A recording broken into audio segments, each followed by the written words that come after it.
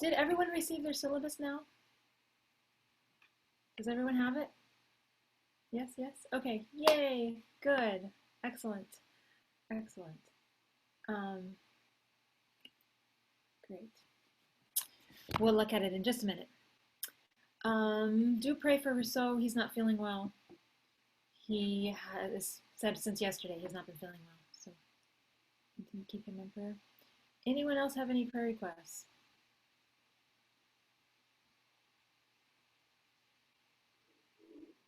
Um, Pray for me po. I got sunburned hapon.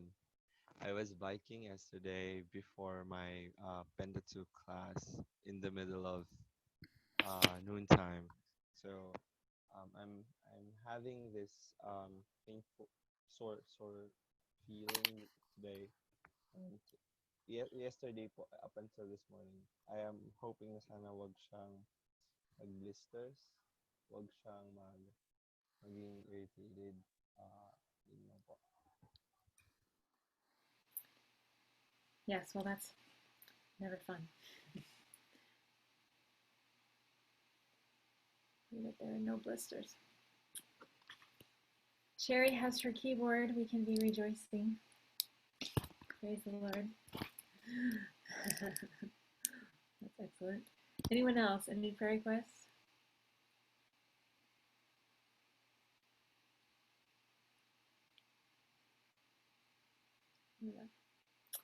Let's see. Timothy, would you open us in prayer this morning? Do you open our class in prayer?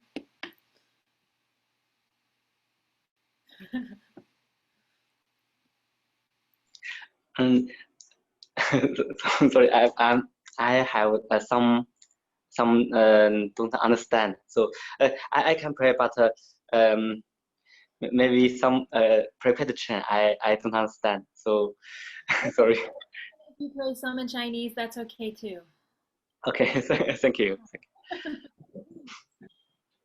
I'm praying. My dear Father, Thanksgiving you give us opportunity to study conversation to uh, um, worship your holy name. And I pray you, Holy Ghost, for our heart and use Mr.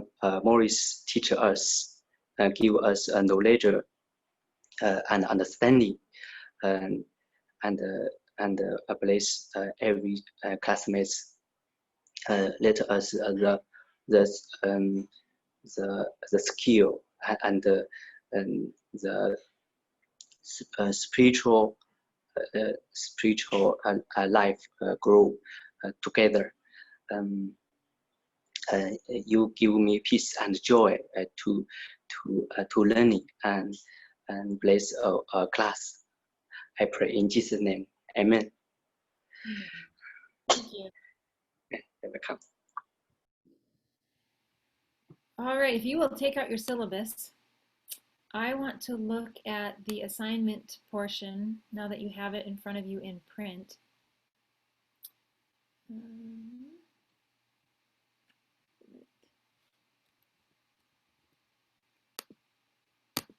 Just a second.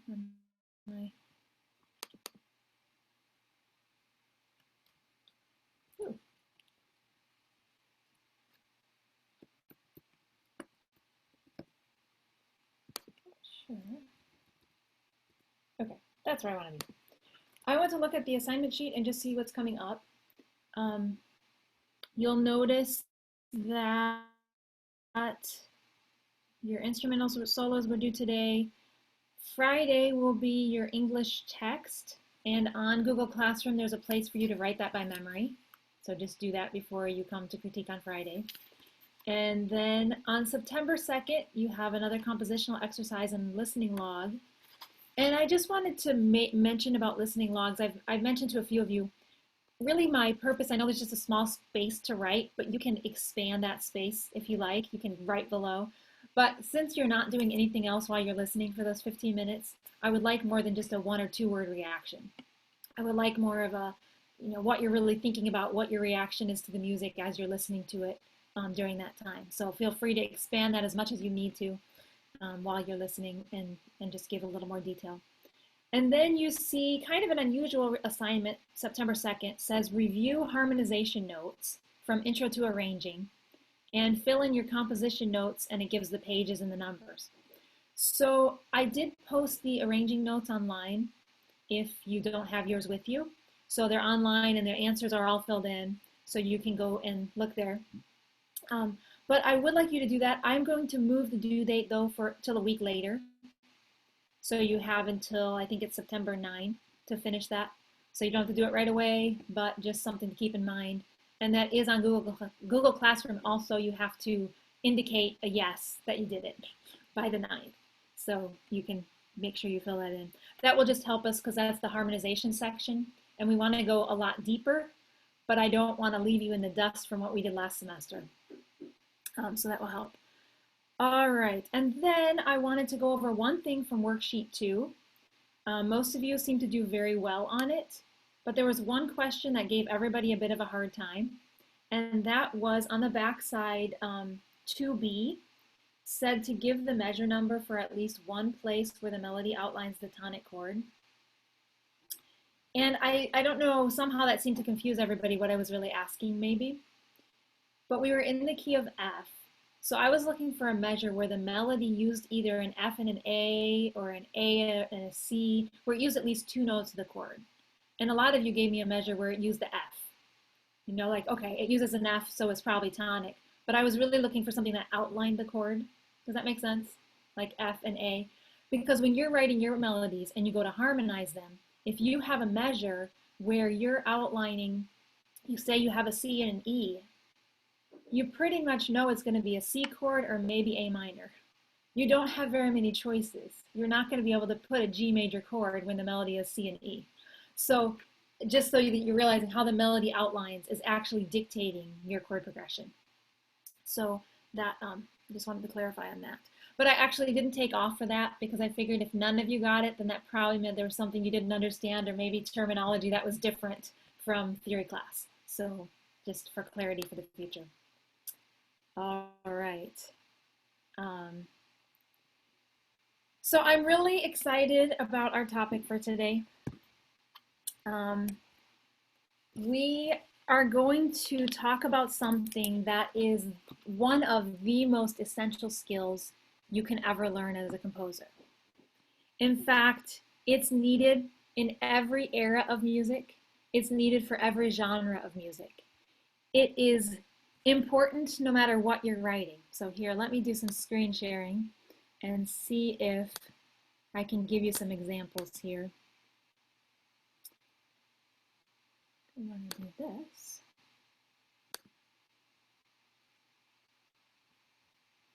Okay, let me get where I want to go.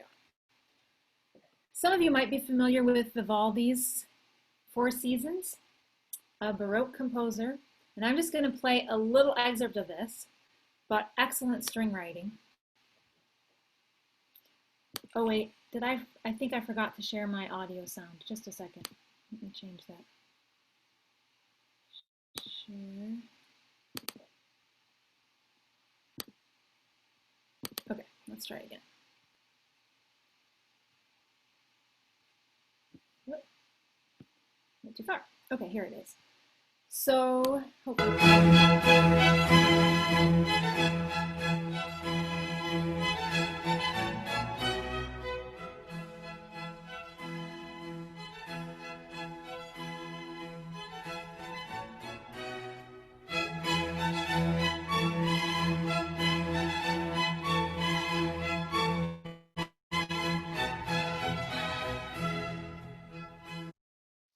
How many of you are familiar with that piece? Do you already know that one? Are you mostly familiar? Okay. So if you want to be able to write like that, you need this skill really a lot.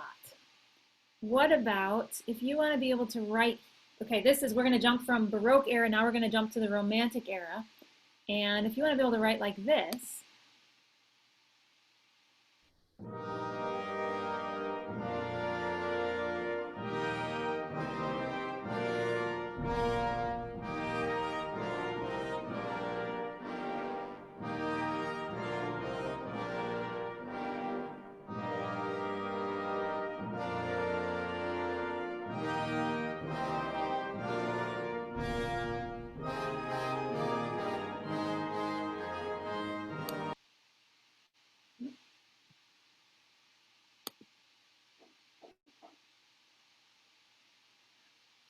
So if you want to be able to write that kind of music, full orchestra, a lot of brass, you need this skill.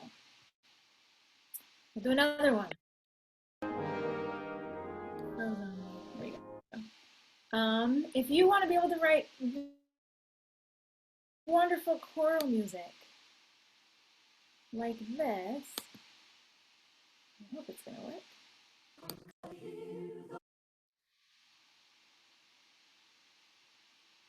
Oh, hold on, let me try that again.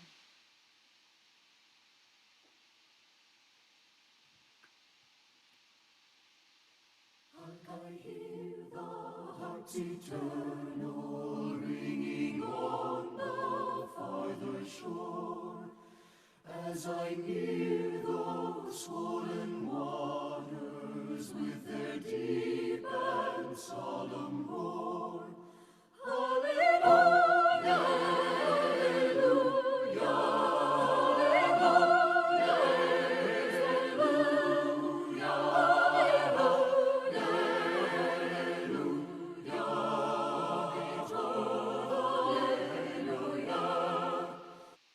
So if you want to be able to write beautiful choral music, you need this skill. Even if all you want to do is write piano accompaniments or piano solos, you still need this skill.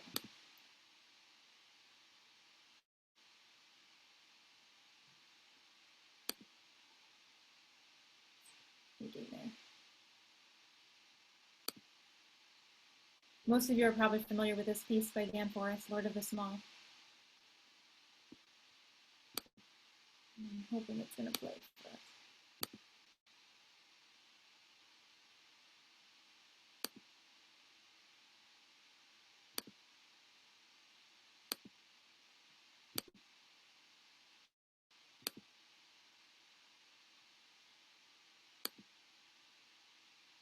Maybe it doesn't want to play, but I think you're familiar with it, and you can just look at that piano part.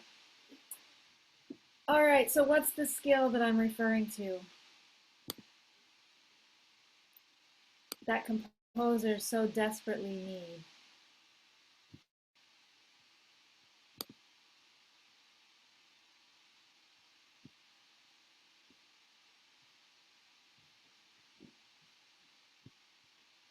There you are. What's the skill I'm referring to? Anyone?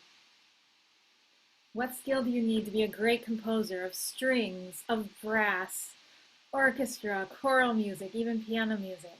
What's the essential skill? Anyone? Any brave guesses? Are you looking in your book? Do you see what topic is today?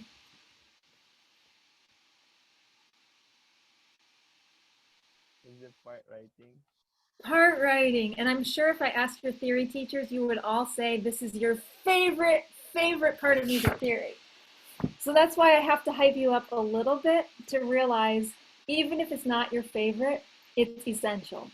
You'll never be able to write beautiful music without really grasping part writing and understanding part writing. Now, part writing doesn't have to be as hard and scary as maybe it felt like to you in music theory. And I'm going to try to simplify it for you. When you're first learning part writing, you feel like there's a million rules. And you feel like you can't keep straight what you're supposed to do here and here and here. We're going to try to boil it down to what are the most important things. And if you can keep those most important things in mind, you'll be able to get by a lot of the other mistakes without having to worry about every little detail. So, share my screen again.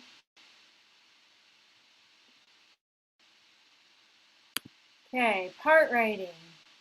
Part writing balances a whole bunch of musical elements in one musical element, and that is what makes it so challenging to do. It balances melody.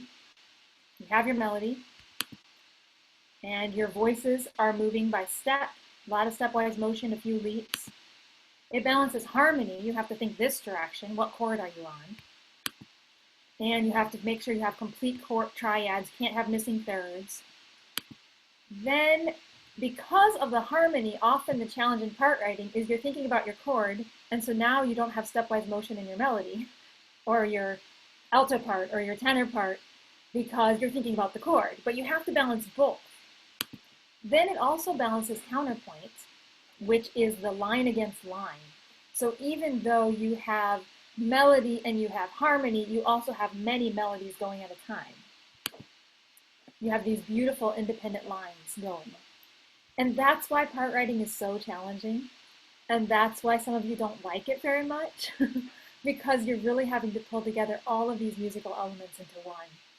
But the more you can master how to do it well, it will really aid your writing. So in counterpoint, you're thinking about using thirds and sixths and contrary motion and not having parallel fifths and not having parallel octaves. And so those are kind of the things that are driving you on the counterpoint side of things. Okay, so let's do a quick review. What is the difference between open, close, and neutral structure? And I believe you all already know this, so if anyone can help me, you're welcome to turn your microphone on and help me know what's the difference between a chord that's in open structure versus a chord that's in closed structure versus a chord that's in neutral structure. I'm pretty sure the terms would have been the same. Maybe neutral structure was called something different in your theory. I'm not for sure. But open and closed, anybody? What's the difference?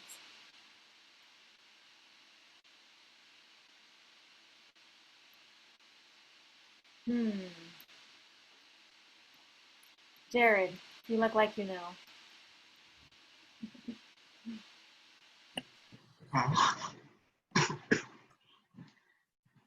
Open po uses from the word itself. I think the range is wide. I don't know. I forgot the intervals. I think more than an octave. Yes. And the important voices are soprano and tenor. So it's Yeah. between soprano and tenor. If it's open, there's more than an octave, which means if it's closed, It's less than an octave. okay, that's the major difference. So to form an open chord, all you do is you take your melody note. Let's say I'm on the C major chord and my melody is C. If I want to form an open chord part writing, I do C, I skip the next note of the chord, G, and then in the alto I put an E. Then I skip the next note of the chord, which is C, and in the tenor I put a G. That's all you do to form an open chord. Just skip every other note, and then you have the right voicing. You have a C and an E and a G, and then your bass would be C, and you have every note covered. And you have the right voicing, and everything works out well. So it's just skipping every other chord tone. Then you have close, which is less than an octave. So typically the way close works is you just use every chord tone in a row. So if I'm on a C chord, then my melody wouldn't be a high C. Let's say that my melody is an E, right by middle C. I have an E in the soprano, a C in the alto, a G in the tenor, and then probably the C in the bass. And so I still have the right chord tones doubled, and it's just taking every chord in a row. Then if it's neutral, it means that it's exactly one octave between soprano and tenor. So soprano and tenor would be on the exact same note. And that means they're doubling the same chord tone. And this is a super helpful position in part writing. If you know your melody's low, and so you're having close position, and suddenly your melody's high, and you have to have open position, and you don't want everything to go leap to get to the new place, what you do is you have a chord in the middle that's in neutral position. And that really helps you make the change from open to close and from close to open. Does that make sense? All right. Okay, here's an example. This is the very, very last measure of Lord of the Small. And even though Dr. Forrest was writing a piano part, he was thinking his part writing rules. And the very last measure, what kind of a chord structure does he use? Open, close, or neutral? If you can read all those ledger lines. Can you repeat the question again? The question is, what the very last chord of this example, is it open, close, or neutral?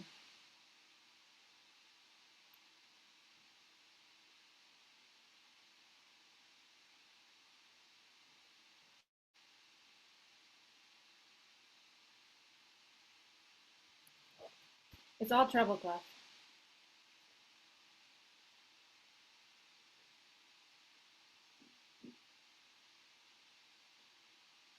Jerry, what do you think? Can you read all those letter lines?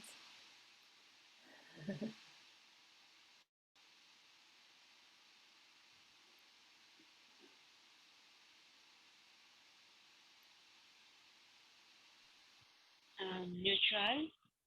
So tell me the note names. What's the top note? It's a B. B. The next note?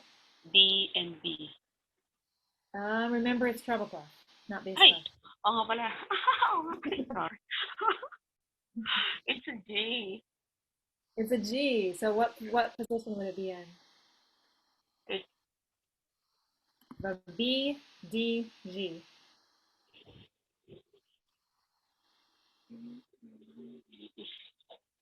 close. Also, B means he skipped the G and went to the D. Open. Wait. Good, he skipped the B and went to the D. That's open position. Now, you might think this is complicated, but pianists kind of have an advantage in this because you can get it in your fingers what it feels like, what the open versus the close. The close would be your blocked chord. You know you're getting every chord tone. But your open, you're having a fifth or a sixth in the right hand. And he doesn't have all four parts, but he still is thinking part writing in this. Okay, doubling. Doubling can be an interesting topic in part writing. I'm going to make it super, super easy, okay? You're going to like this. If your chord is in root position, double the bass if at all possible. So if you're having a normal root position chord and it's possible, just double the bass. Don't even think twice about it, okay?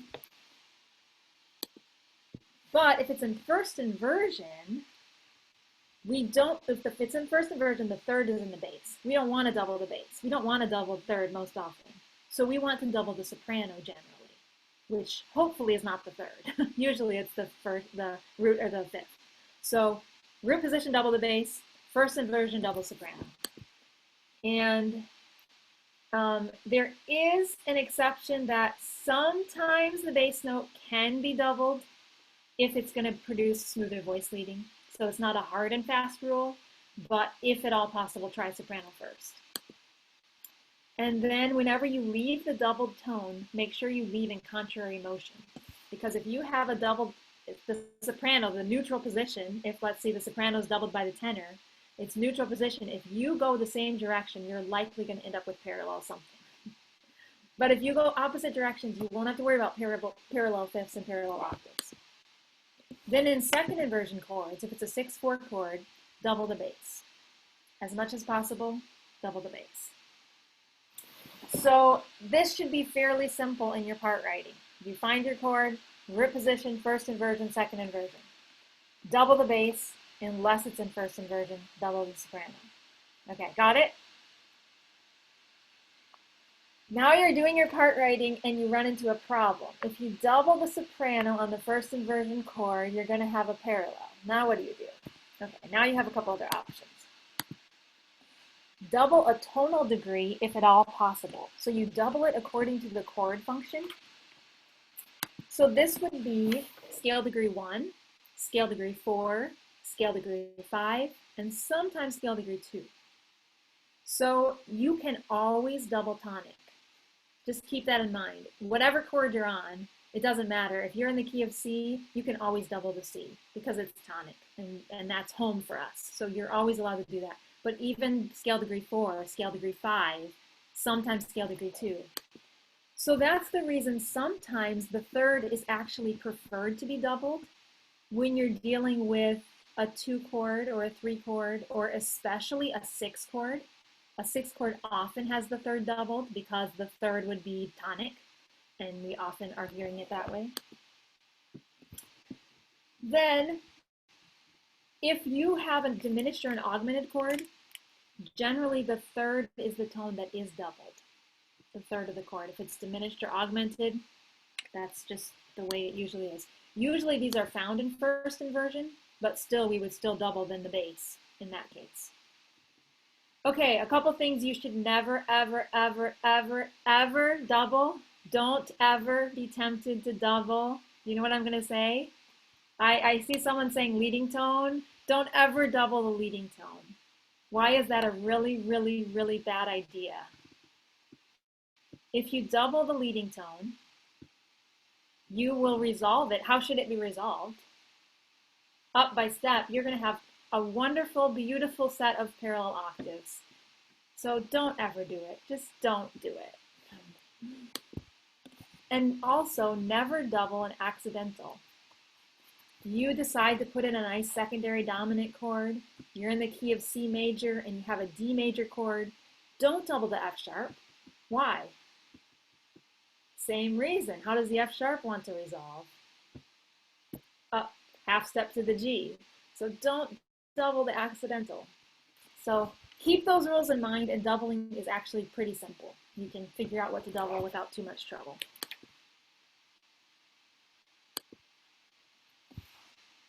Okay, now let's talk about seventh chords, which adds a little more challenge to this. If possible, use all 4 notes of your seventh chord. That would be your first choice, your best thing to do. However, if it's not possible, what chord tone could you leave out? The 5th. Leave out the 5th if needed. Never ever leave out the 3rd. If you leave out the 3rd, we're not sure if it's a major chord or a minor chord or what chord it is. But if you leave out the 5th, we'll still hear the root, the 3rd, the 7th. We'll know for sure what chord it is. So that's not a problem. Then how does the 7th of the chord resolve?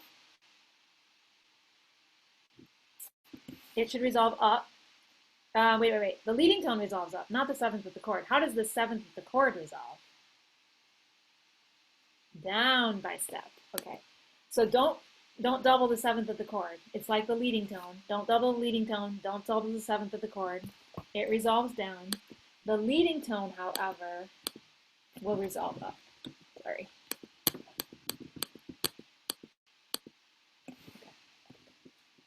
To the tonic, especially if it's in an outer voice. So you pretty much have to let the leading tone do this if it's in soprano or bass. If it's in alto or tenor, you have the option of having it leap down, skip down by a 3rd to resolve to the next chord. You do have that option, but if it's in the soprano and bass, it has to resolve up. Okay. Here's an example. Again, from Lord of the Small. Here's some part writing. Notice in the first measure here, what chord are we on? We're in the key of D. I'm sorry, we're not in the key of D. We're in the key of F. We're in the key of F. We're starting on the chord. What is the very first chord on praise?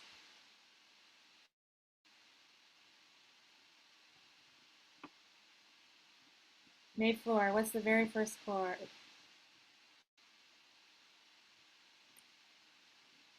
Minor 6 po. Minor 6, and what tone is doubled?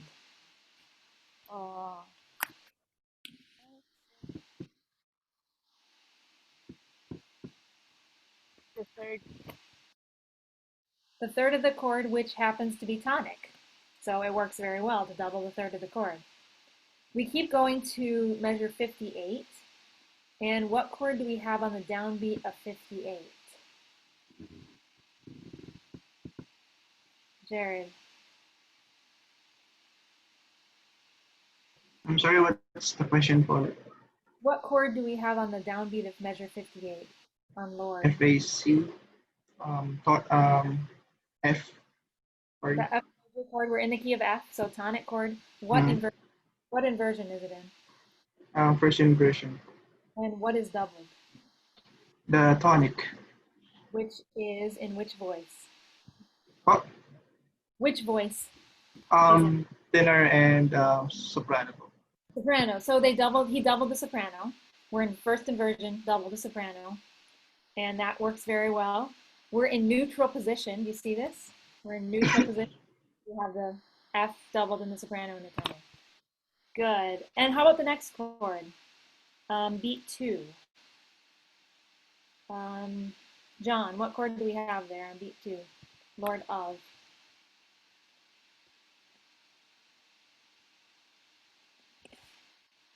Minor 3? A minor 7. Yes. minor 3, 7. Minor 3, 7. And notice what is doubled in that one? Nothing. Nothing. He uses every single chord tone. So that's great. Then the beat 3, cherry. The. What do we have on the?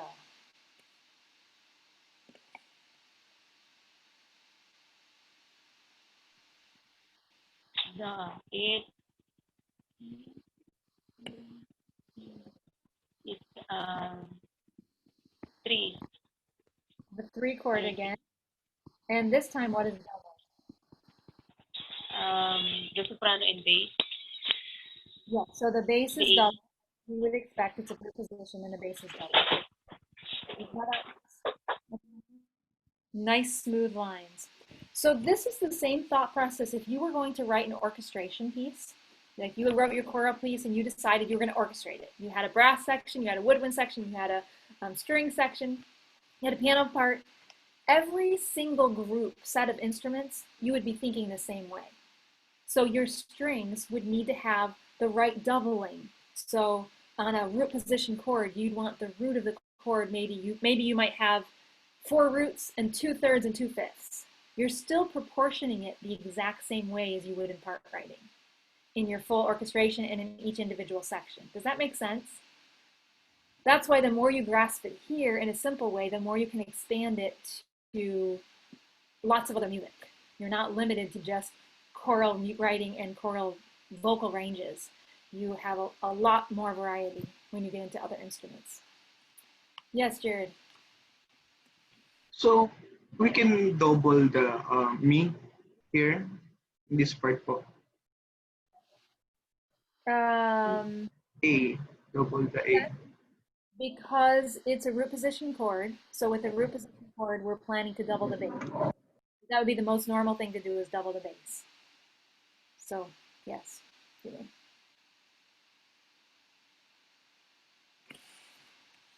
Good. Anyone else?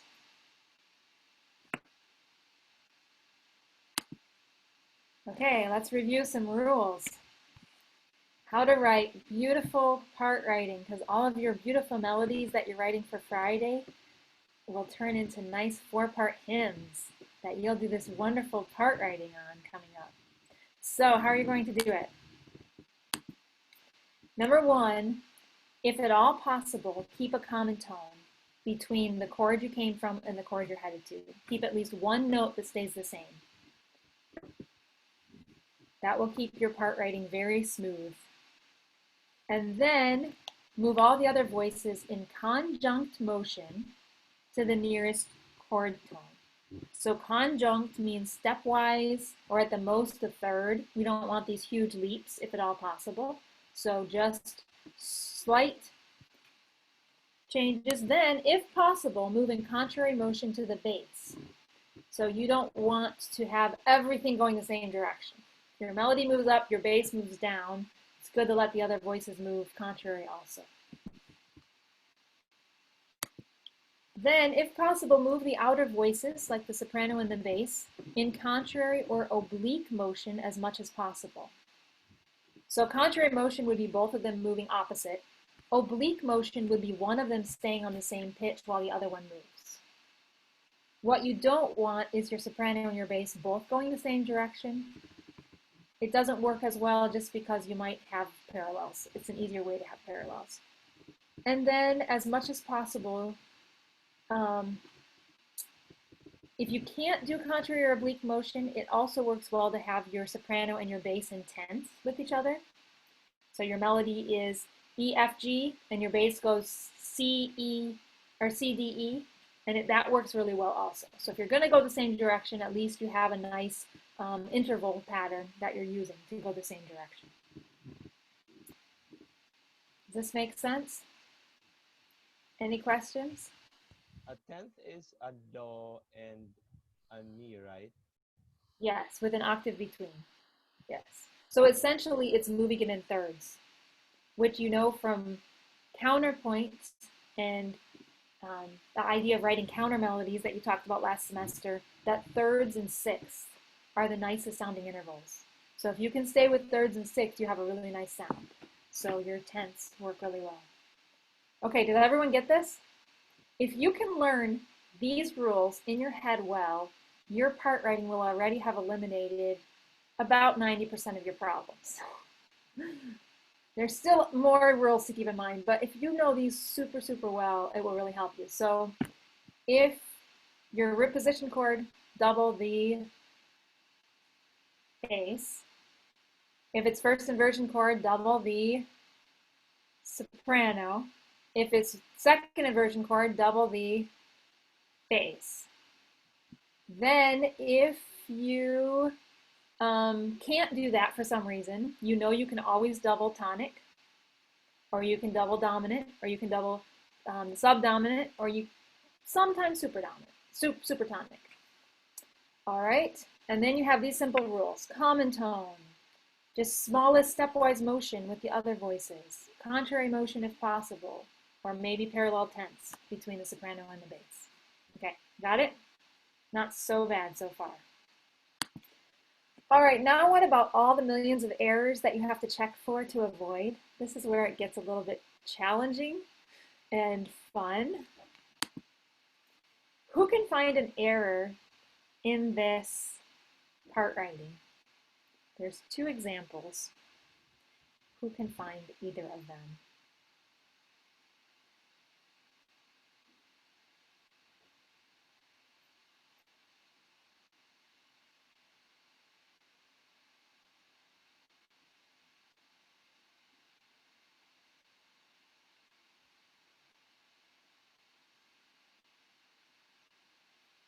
Let's start with the second one, the one in the key of B flat, because that one's a little easier to spot. Does someone see what it is? Jared.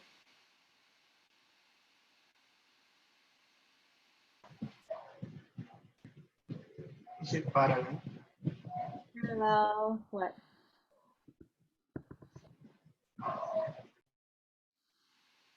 What is parallel and which voices are involved? Soprano and alto. Soprano and alto, and they have parallel. What interval? Fifth. Parallel fifths. And I think I don't have to tell you that that's a problem. Hopefully your theory teachers have already drilled into you. You need to avoid parallel fifths. Of course, there are exceptions. You can see in some of Dr. Forrest's music, you can find some parallel fifths, and he has a good reason why he wrote them that way. But for the main, unless you can justify them, you need to avoid them. Because it gives a hollow sound to the chord, you lose the independence of the line when you have the parallel fifths or the parallel octaves. What about the first example, the first measure in the key of G? This one's harder to spot, but it's actually the same problem.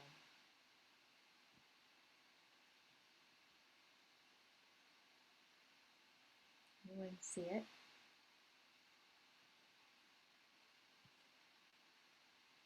It's a little deceiving, but if you look at the tenor and the bass closely, you have a fifth between the D and the A. Then what did the tenor and the bass, what notes do they go to after that? Another fifth is just an octave apart, G and D. So there's a place where they went in contrary motion and it didn't help them because they both leapt. They leaped too far and made a second parallel fifth. So avoid those, if at all possible, avoid those. So in this case, that would be considered a consecutive fifth because it's truly not parallel, but it still has a hollower sound that we don't want.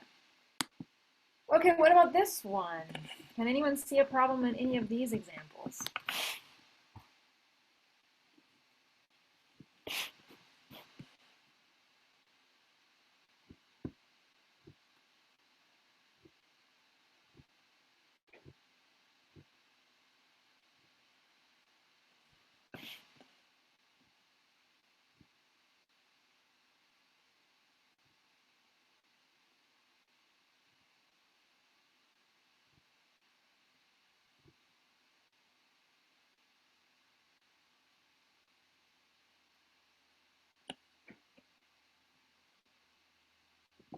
Once you see it, just turn your speaker on, even if you just see it in one measure.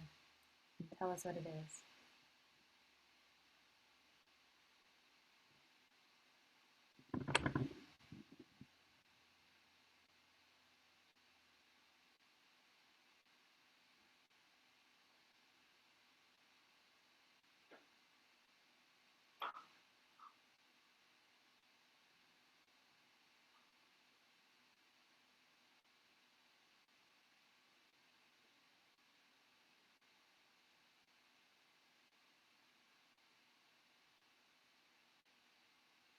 Find it? There's contrary motion. In the first example, there's contrary motion between soprano and bass. So we don't have an issue there. So it's not soprano and bass. There is similar motion going between the tenor and bass, but it goes from a third to a fifth. So that's not a problem. Soprano and alto, it's contrary motion. We don't have any issues there. What about tenor and alto? They're going in the same direction. Any issues there? Doesn't really look like it. What about bass and alto? Okay, what's the problem? Mayflower. Po. Parallel po. Parallel and what interval? Octave po. Parallel octave.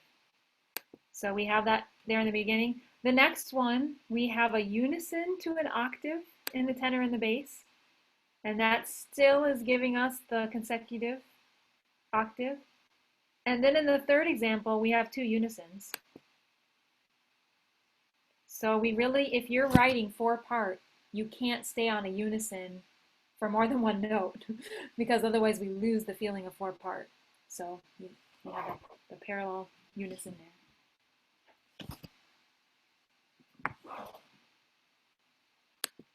Okay, now this one's a little bit harder, and I'm not actually sure if you would have learned this in theory or not.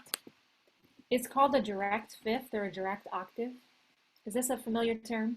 Is this something you've heard before? Okay, maybe not. So what a direct fifth or a direct octave is when two voices, particularly soprano and bass, move in the same direction and end up forming either an octave or a fifth on the second chord. So right now they're going from a sixth to an octave. You have from a B to a C and from a G to a C.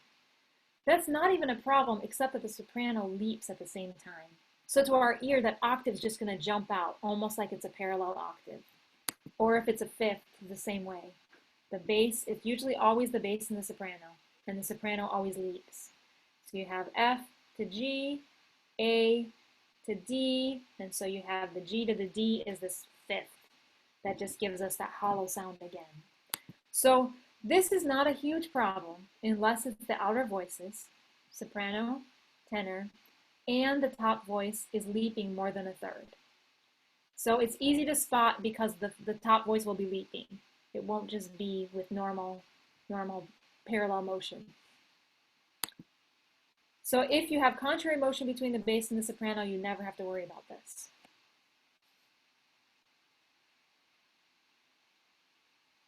You have a question?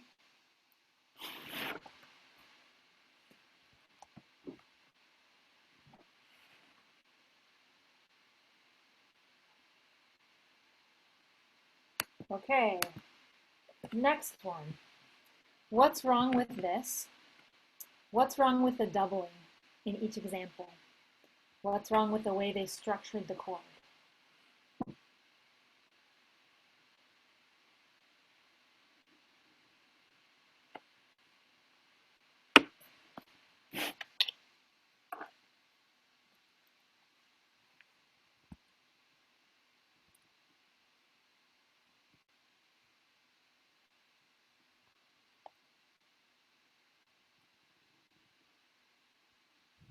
Double bleeding tone. Double leading tone, yes. We're in the key of A. We have a double G sharp in the first example.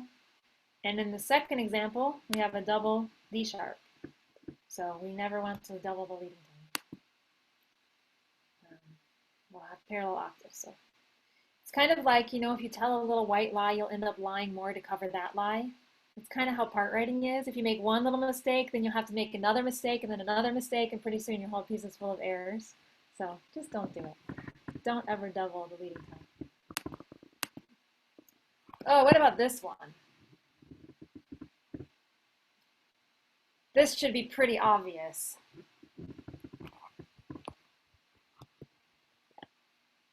See an issue?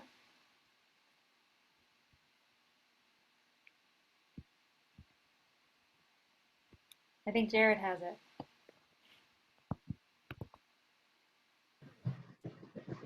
Is it too wide? Yes. You're not allowed to have more than an octave between soprano and alto, or between alto and tenor. You can have more than an octave between soprano and tenor, but not between soprano, alto, alto, tenor. And so here you have your soprano way up on an F and the altos way down on the C. It will sound awful for one thing. Your sopranos are going to be just way up there by themselves with nothing helping them. And it just will not work well in your part writing. The second example is between the altos and the tenor. So you have more than an octave. So between the tenor and the bass, however, you can have more than an octave. It's fine. So this part of the chord is not a problem. The tenor and the bass are fine. It's just soprano, alto, alto, tenor.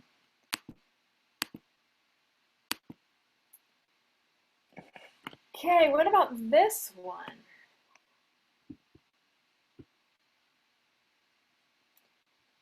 What I want you to do specifically is pretend you're a choir. And the girls, I want you to sing the alto line, and the guys, I want you to sing the tenor line. And see if you can notice what is maybe something you want to avoid.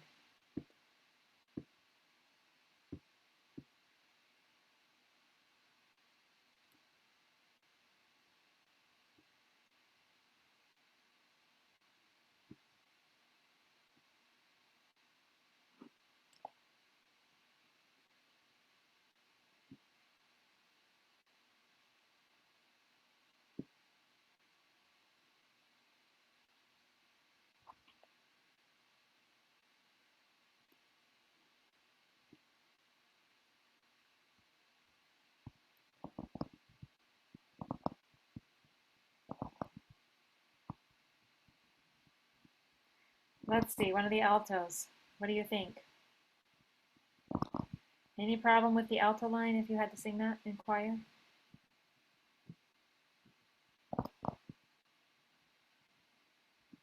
Which example has a problem, the first or the second one for the altos?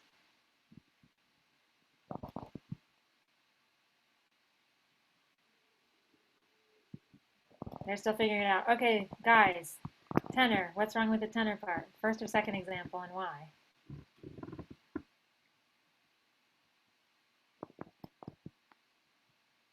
Jared? Is it the lip? There's a leap. In the first example, what notes did they leap from into? T, fa, T, A what? a fa and a T.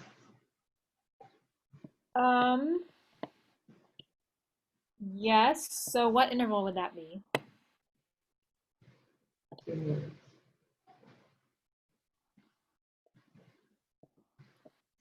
Wait, From an A flat to a natural. or A natural is what interval?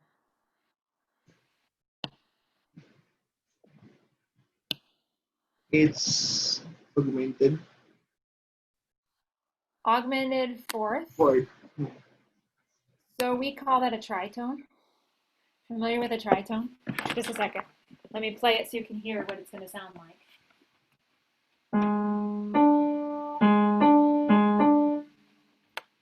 That might be a fine interval to sing if you're a fire truck. But otherwise it might be a little hard for your choir to get that interval. And for the altos, what interval do you have?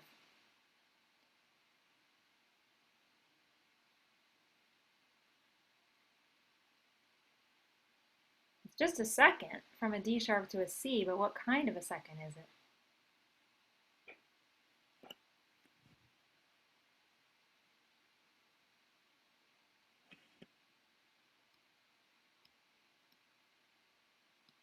Minor second. And major. No.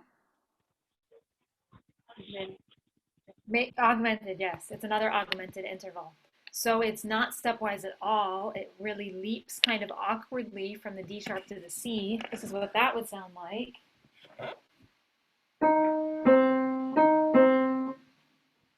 Not so bad if it was a third. We wouldn't mind that because that's just a minor third. But since it's a second, it's augmented, it's awkward. It's hard to hear, it's hard to leap. So you want to avoid that with your choir. All right. We will have more fun next class. Finishing up this topic. But that's all we'll do for today.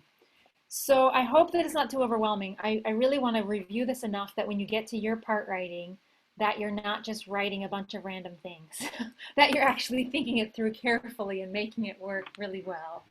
So I hope that you will do that. Any questions? Regarding our notebook po, should how many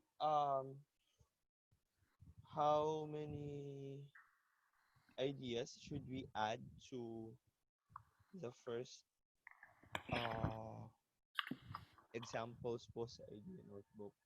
Like you just mentioned to add modulations, harmony, progressions. How about how about the previous ideas that we've had po? Should we add So something you're not onto them? required to add to your previous notebook that you did last semester as far as piano accompaniments. You're not required to add to your piano accompaniment section or anything you did last semester. You're only required to add the two new sections, which is modulations and harmonic Oh, progressions. You just have to add two new sections. So you're not required to start that until week 8 because we won't have talked about harmony yet until week 8. So you can relax a few more weeks and then we'll be able to start working so on. what should we do po dun sa list if, let's say, next week po, we don't look for anything? Are we going to be marked off if we don't spend a No, lot of so time? on the listening log report, is that what you're saying?